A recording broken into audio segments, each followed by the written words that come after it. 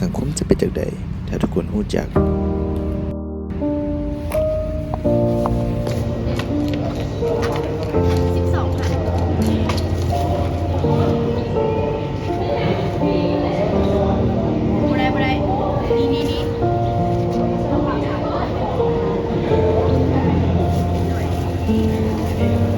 การแบ่งปัน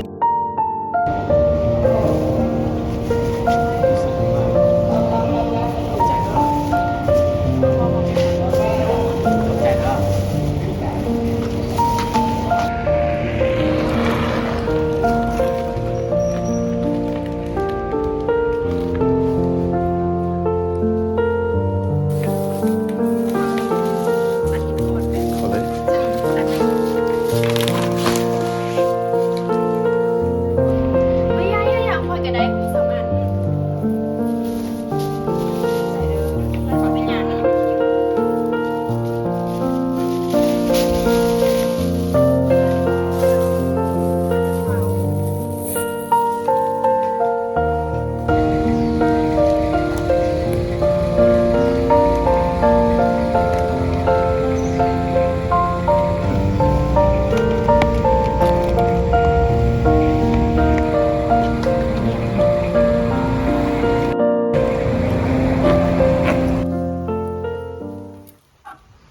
เพิ่นเห็นกระเป๋าเงินเขาเฮียอยู่แถวนี้บอ นี่เป็นบ่ อู้แมน